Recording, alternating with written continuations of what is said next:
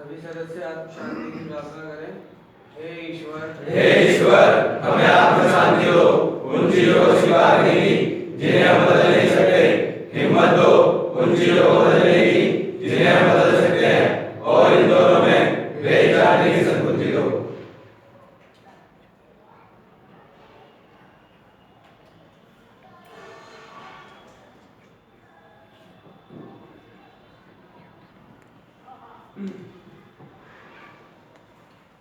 जैसा कि सभी लोगों को मालूम है और कुछ नए आने वालों को मालूम नहीं है, अब सभी लोग यहाँ पर चाहे किसी लिए भी आए हो, लेकिन हमारा जो यहाँ आने के बाद उद्देश्य होना चाहिए, चाहे जबरदस्ती आ गया, भेजा गया, कुछ भी है, लेकिन अब जब आ गया हूँ तो आने के बाद मेरा उद्देश्य सिर्फ रिकवर होने का होना चाहिए।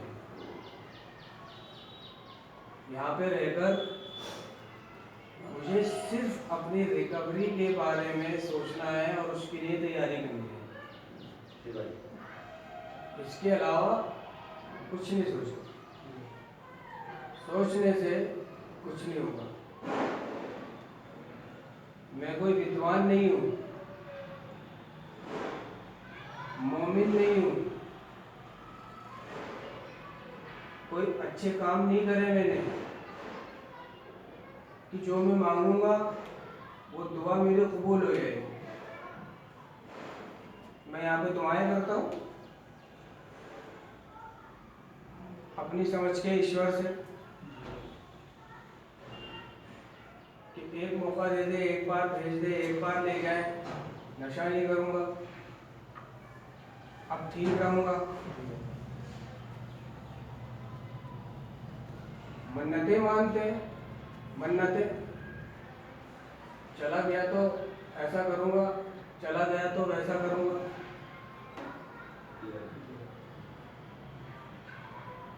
ठीक है, आज़ाद होने के लिए, यानी जहाँ आने के लिए उसने दुआ मांगी वहीं से जाने की भी दुआ मांग रहा है।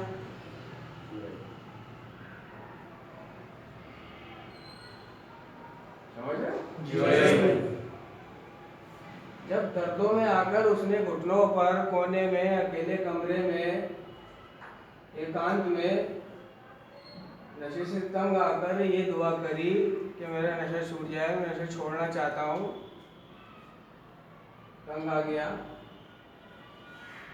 तो नशा छोड़ना चाहता हूँ तो उसको परवरदिगार कहीं ना कहीं तो भेजेगा, घर बैठे तो छूटेगा नहीं है नशा। तो यहाँ आने के लिए उसने दुआ करी और यहाँ से जाने के लिए भी दुआ कर रहा है, तो उसका तो उद्धार मुझे नहीं पता हो जाएगा।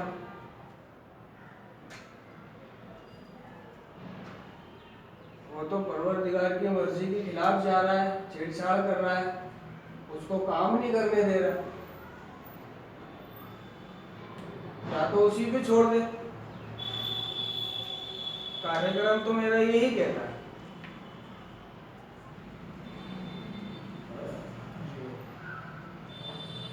उसी पे छोड़ दे, उसने सब तय कर रखा, जल्दी मत मचा।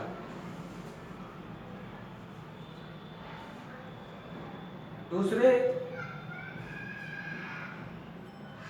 मौला अली का कौल है कि जिस जुबान से झूठ निकलना बंद हो जाए उस जुबान से मांगी हुई हर दुआ कबूल हो जाती है।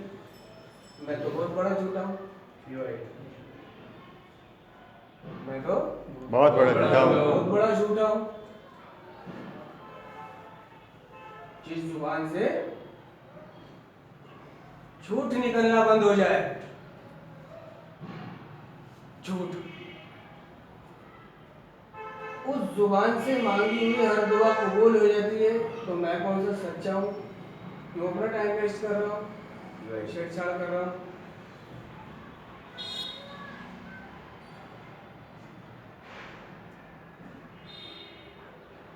करने दे उसको काम, समझ इस चीज को। ये देख, दूसरे लोगों से सीख। ये जो कार्यक्रम है दूसरों को देखकर सुनकर सीखने का है, करके देखने का नहीं है कि पहले करूं। लेकिन होता यही है कि पहले करता है फिर सीखता है।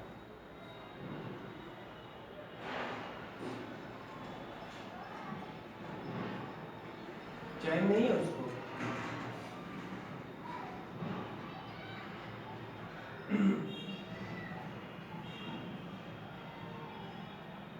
और वो लोग जो दोबारा आए हैं और उन्होंने पहले ट्रीटमेंट में अगर ऐसा किया, मन्नत मुराद दुआ, तो वो देख सकते हैं कि उन्होंने ना वो मन्नत पूरी करी ना वो वादा पूरा किया जो उन्होंने यहाँ मांगा था, किया। वो पा सकते हैं किया। यदि कोई ऐसा है तो बताए किया, उसने अपना वादा पूरा।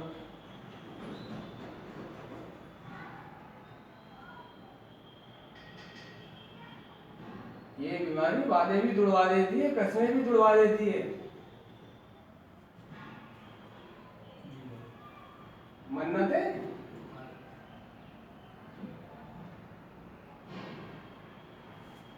जिस तरह मैं नशा बंद करने के लिए हर रोज कल पे डाला किया करता था, इसी तरह अपना वादा पूरा करने के लिए और मन्नत बढ़ाने के लिए कल पे डाल देता हूँ।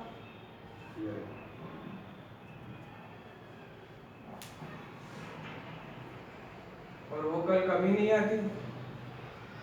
अब बहुत ज्यादा गुनहगार हो गया। कुछ मांगा नहीं था, कुछ मन्नत मानी नहीं थी, हो रहा था तो ठीक था। अभी उसने ये सब कर दिया और बढ़ा नहीं रहा उसको, तो बहुत ज्यादा दर्दों में आएगा।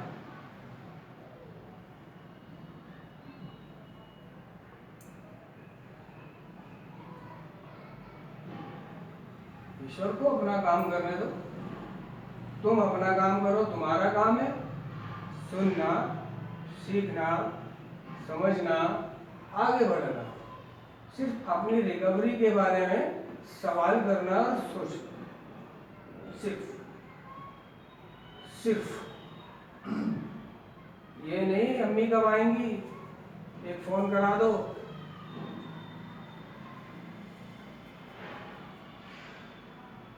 वो अम्मी से कहने थे पापा में ले आना इस बार।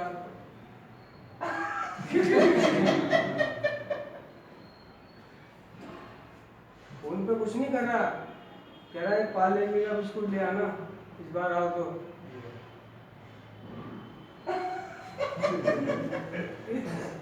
इसलिए फोन करना है उसको।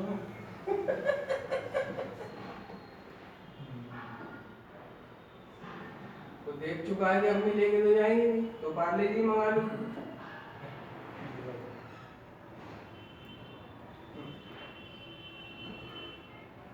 बड़ा वाला पैकेट नहीं आता पार्ले जी का, इतना बड़ा वाला। कहता है इतना बड़ा वाला लाना। बाहर ने कभी 5 रुपए वाला पार्ले जी नहीं खाया।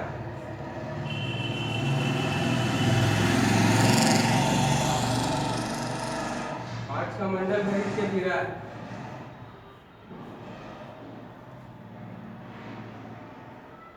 क्यों?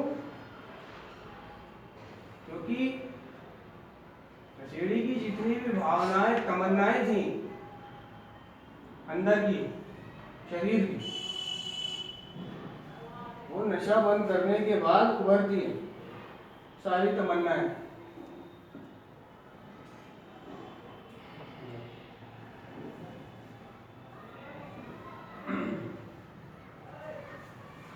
भूख वाली, प्यास वाली, अपनी परवाह वाली। जरा सी कोई तबीयत खराब हो जाए तो बड़ी चिंता होने लग जाती है अपनी, कोई चोट लग जाए, कुछ हो जाए, कपड़े पे कुछ गिर जाए तो साफ करता हूँ।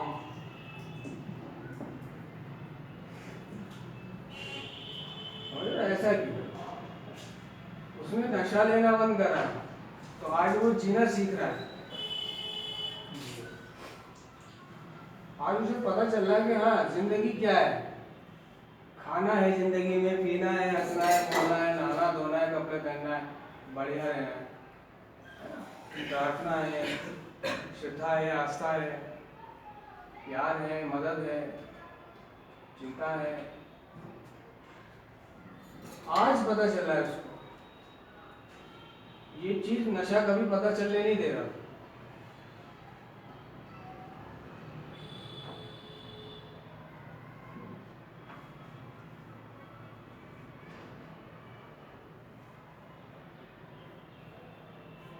बहुत सारी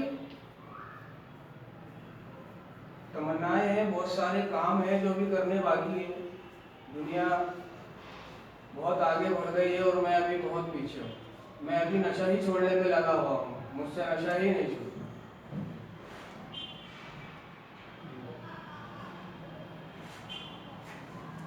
लोग इंजीनियर बन गए, डॉक्टर बन गए, बिल्डिंगें खड़ी कर दी, कारोबार हो गया,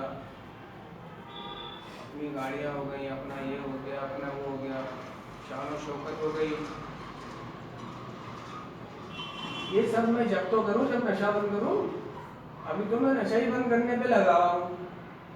यही समझ में नहीं आ रही मुझे कि नशा बंद करना चाहिए या नहीं। ये फैसला नहीं लिया अभी मैंने, करना चाहिए या नहीं।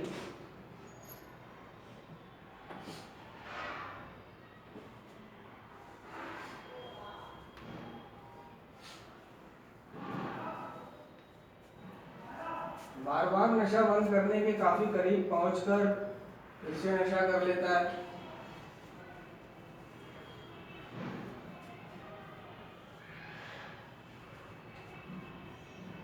नशे को पता नहीं क्या समझ रहा है।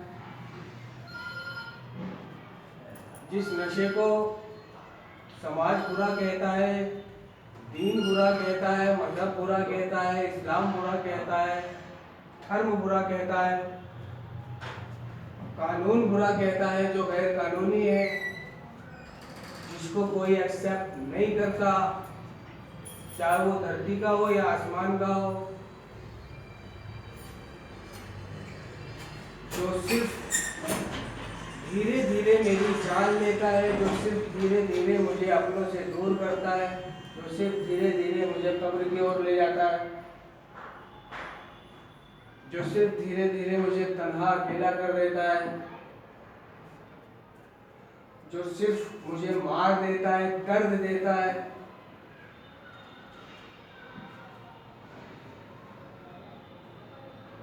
दर्द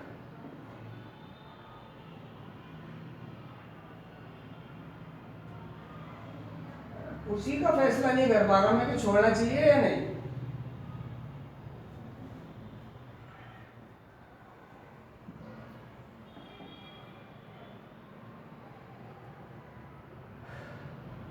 नशा कोई धीरे धीरे बंद नहीं होता, जैसे सामान्य लोग कह देते हैं। किसी भी नशे को लेकर या किसी भी निकोटीन को लेकर, बीड़ी, सिगरेट, गुटखा, तंबाकू को छोड़ दे, छूट जाएगी, धीरे धीरे छोड़ दे।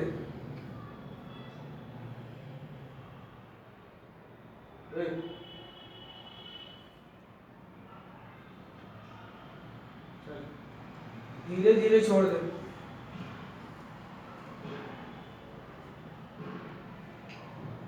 उन्हें लगता है कि धीरे धीरे छूट जाएगा, हर चीज धीरे धीरे छूट जाती है। कि 4 खाता है, 3 खाने लग, फिर 2 कर दे, फिर 1 कर दे, फिर आधा कर दे, फिर खत्म कर दे।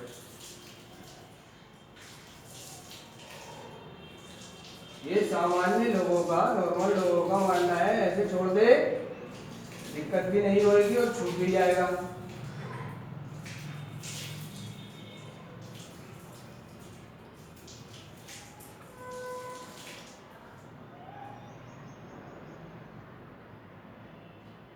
ये नशा है, एडिक्शन है। इसको छोड़ना है तो ये धीरे धीरे नहीं छूटेगा। ये दूसरों के बताए हुए तरीके अपना के नहीं छूटेगा। उन लोगों के, सामान्य लोगों के। बताओ जरा, किसने धीरे धीरे नशा छोड़ा है?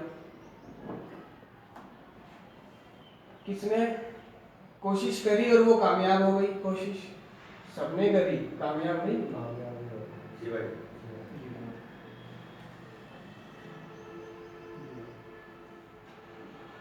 वो समाज, वो लोग, वो डॉक्टर, वो वकील, उनके तरीके तो मान्य है ही नहीं। नारकोटिक्स एनोनिमस में, नारकोटिक्स एनोनिमस का अपना तरीका है जो हमारे अपने अनुभवों पर आधारित है।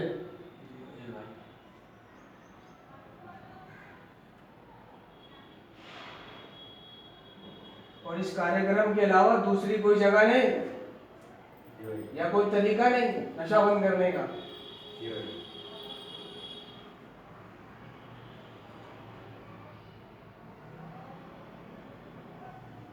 सिर्फ 5% 100 में से ऐसे हैं जो इस कार्यक्रम में आए बगैर नशा बंद कर देते हैं। ऐसा भी नहीं है। दुनिया में सब कुछ होता है, हर तरह का इंसान है, हर समझ का।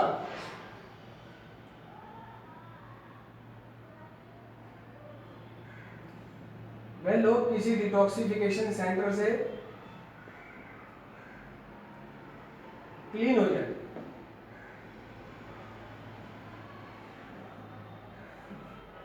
लेकिन डिटॉक्सिफिकेशन सेंटर में भी उनसे इसी प्रोग्राम का जिक्र किया जाता है।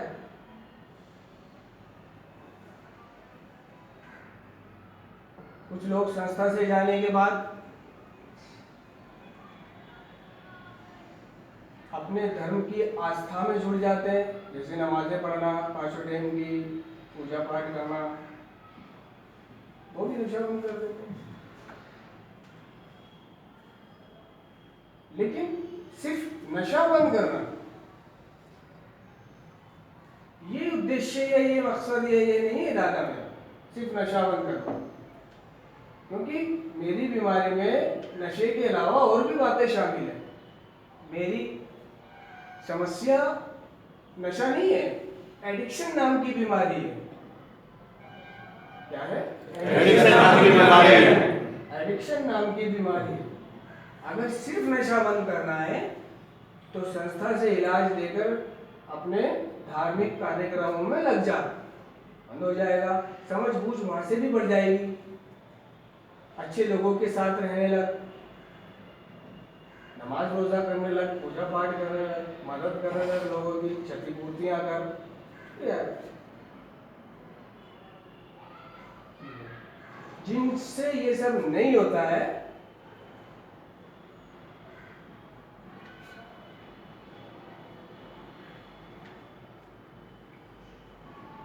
तो नारकोटिक्स एनोनिमस चाहते हैं। लेकिन मैं पाता हूं कि उनका दिमाग बहुत पीछे रह जाता है।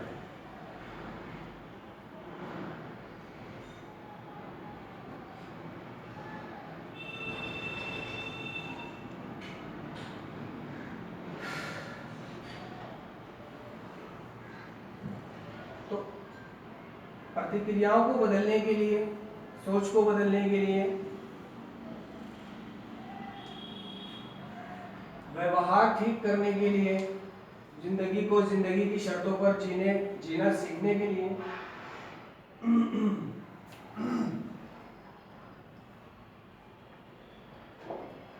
इन सब के लिए मैं इस कार्यक्रम में जाया। जी भाई, समझ बूझ बढ़ जाती है ना, बहुत सारी चीजें पता चलती। जी भाई, तो 5% लोग इसको बोलते हैं कोल्ड टर्की। क्या बोलते हैं? Cold Turkey. कोल्ड टर्की से ठीक हो जाते हैं। जो ये कोल्ड टर्की नारकोटिक्स एनोनिमस के कार्यक्रम में उस चीज को बोला जाता है, कोल्ड टर्की, कि जब मैं नशा करता था तो मैंने अपने नशे को बंद करने के लिए अपने आप को घर में रोक लिया। जो मेरे नशेड़ी दोस्तों ने कहा था 72 घंटे की तकलीफ है, टूटा है, नहा इस 72 घंटों में कई बारी नहा, खा, घर में रह, चाहिए मत, जो भी होएगा होने दे, पियो मत। तो मैंने ये 72 घंटे अपने घर में गुजारे भी। गया नहीं, नशा नहीं किया, जो भी था रहा घर में, ठीक है। और 72 के बाद 3 दिन के बाद शरीर में राहत मिली, वो अड़कन वड़कन तकलीफ थोड़ी दूर हुई, खाने पीने लगा, ठीक है। अपने माँ बाप भाई बहनों से बातचीत करने लगूं, कुछ पढ़ने लिखने लगूं, घर में कुछ और करने लगूं।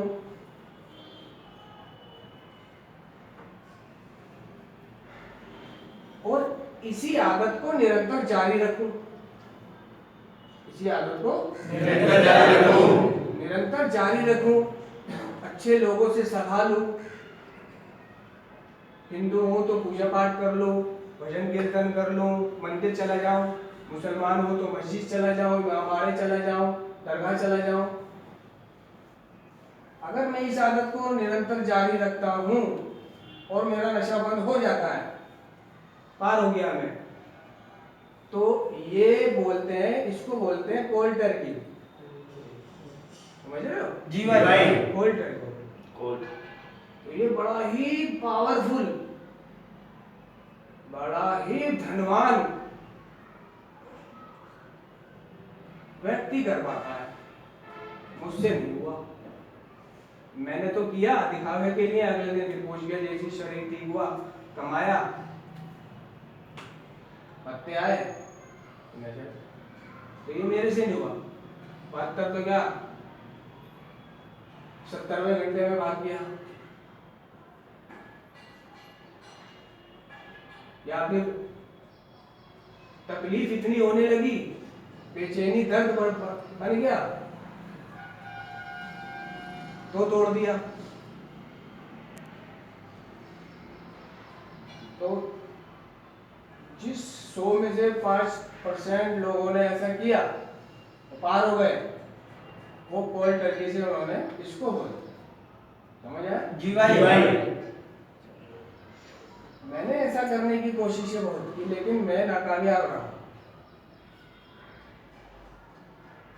इसलिए मुझे नार्कोटिक्स एनोनिमस की जरूरत थी। जी भाई।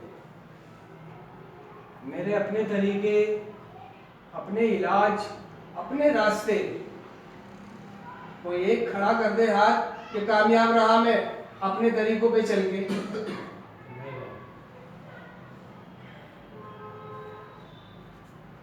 अपनी मनमर्जी पे चल के मैं सफल हो गया। अपने तरीके से नशा बंद करना चाहा जिसने, उसने नशा बंद किया। अपने तरीके नहीं चलते,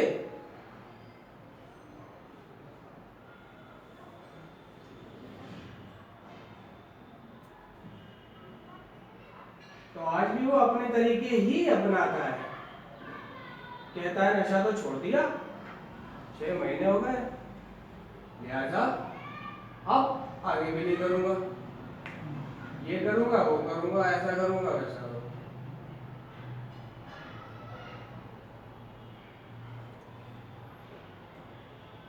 सारे काम करेगा, मगर उस रिकवरी के लिए कुछ नहीं करेगा कि जिसके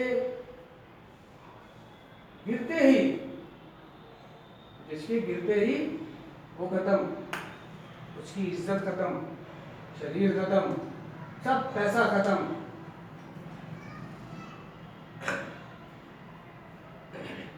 तो ये मानकर चलना, ये मानकर बैठना कि मैं अब नशा बंद कर चुका हूँ, मैंने नशा बंद कर दिया है, इलाज लेकर के आया हूँ, पी नहीं रहा, आगे भी नहीं पीऊंगा,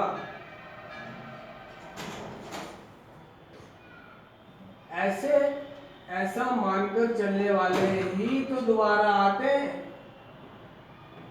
वो और कोई नहीं है जो दोबारा आते हैं, वो ऐसा ही मानकर चलने वाले होते हैं जो अपना तरीका अपनाते हैं, अपने रास्तों पे चलते हैं, अपना ही दिमाग चलाते हैं और ये मानकर बैठ जाते हैं कि नशा बंद कर चुका हूँ, अब इस आदत को मैं जारी रखूंगा।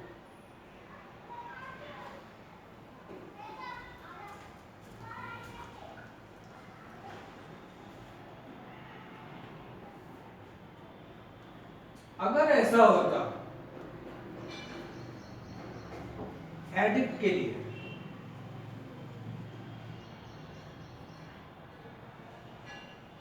तो नारकोटिक्स एनोनिमस नहीं होती।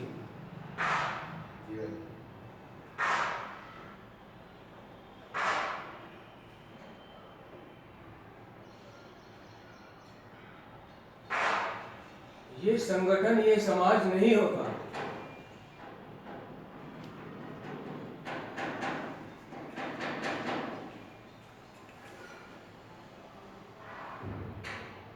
आज वो जमाना चल रहा है कि आप किसी भी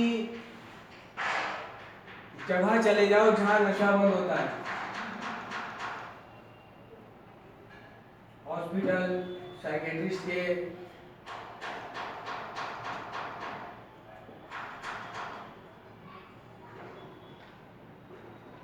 किसी डॉक्टर काउंसलर के,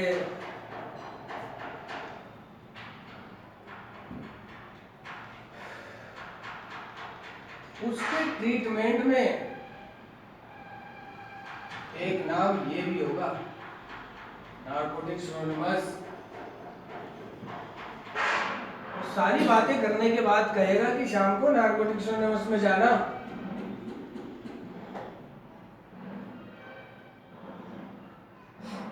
उसे भी पता है। आप YouTube पे कोई भी चैनल लगा के देख लो इस विषय का, नशा छोड़ने का, जो डॉक्टर, अच्छे डॉक्टर लोग बता रहे हैं तरीका, वो कुछ भी अगलम सगलम पता है। उनका तरीका वैसे ज़्यादा मानने वाला नहीं होता, सही नहीं होता, वो अपने तरीके से बात करते हैं। लेकिन बाद में वो AAN यहाँ पे अपनी बात खत्म हो।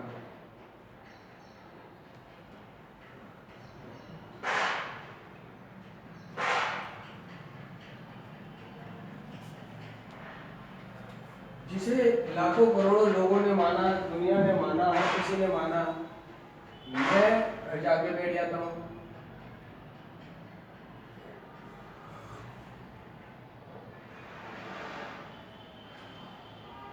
मेरा काम है सेवा है।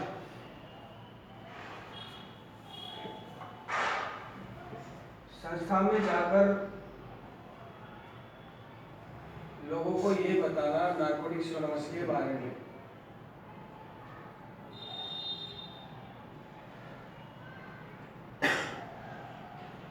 रिलैप्स, रिकवरी, एडिक्शन, इसके बारे में बताना, सुधार।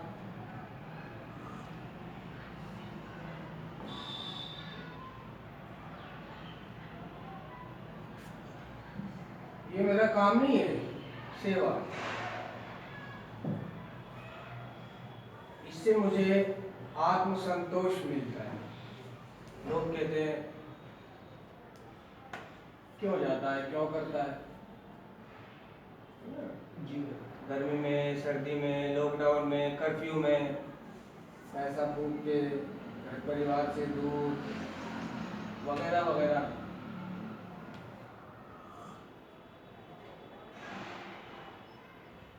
पैसे तो लिया कर, फ्री में करता है।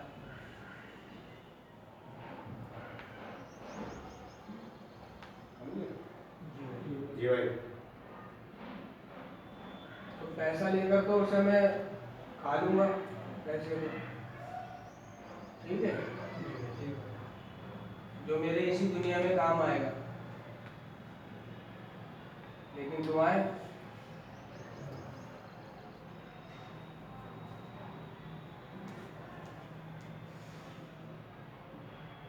दुआओं से कीमती चीज तो कोई है ही। जी भाई। तो मैं 4 पैसों के लिए वो उस अनमोल चीज को छोड़ दूं? नहीं भाई। नहीं भाई। आज अल्लाह जैसे तैसे रूखा सूखा गुजारा करा दे, कमी नहीं किसी चीज की। जिस चीज की जरूरत है उसने दे रखी है। तो मैं इस काम को बिजनेस नहीं बनाता।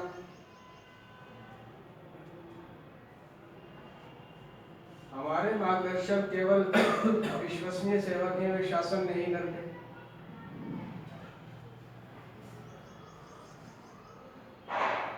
नार्कोटिक्स में सदा अव्यवसायिक रहना चाहिए, लेकिन हमारे सेवा केंद्र विशेष कार्यकर्ता नियुक्त कर सकते हैं जो सीधे उनके प्रति उत्तरदायी होंगे जिनकी वे सेवा करते हैं।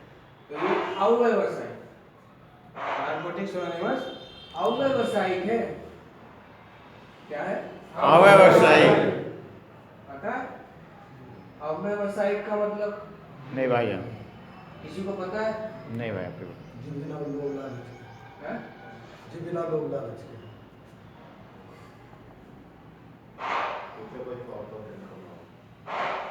ये उसी सांप्रदायिक का है जो तो बता रहा है, उसी कैटेगरी का है, लेकिन अव्यवसायिक बोलते हैं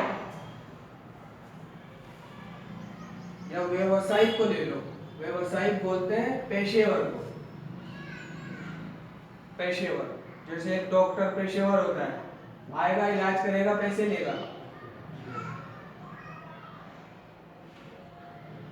समझ रहे हो? जी भाई। ये में नहीं आएगा। जी भाई।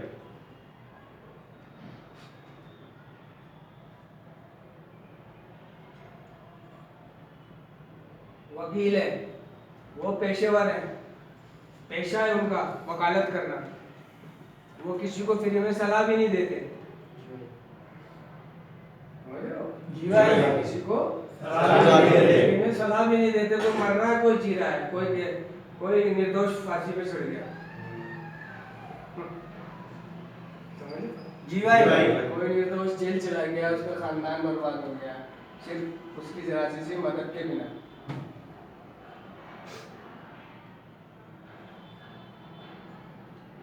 वो पेशेवर लोग होते हैं जो काम करते हैं, पैसे लेते हैं फ्री में।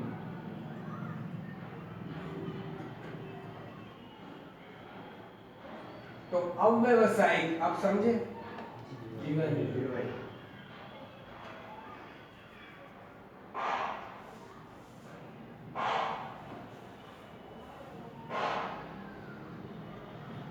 पेशेवर नहीं,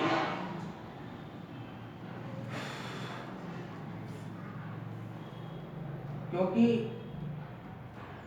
हमारे पास जो है उससे हम केवल दूसरों को देकर ही के पास रख सकते हैं। अपने पास रख सकते हैं। मैंने एक लंबे समय तक इस कार्यक्रम को छोड़ दिया, ये सब करना बंद कर दिया किसी मजबूरी के चलते, किसी वजह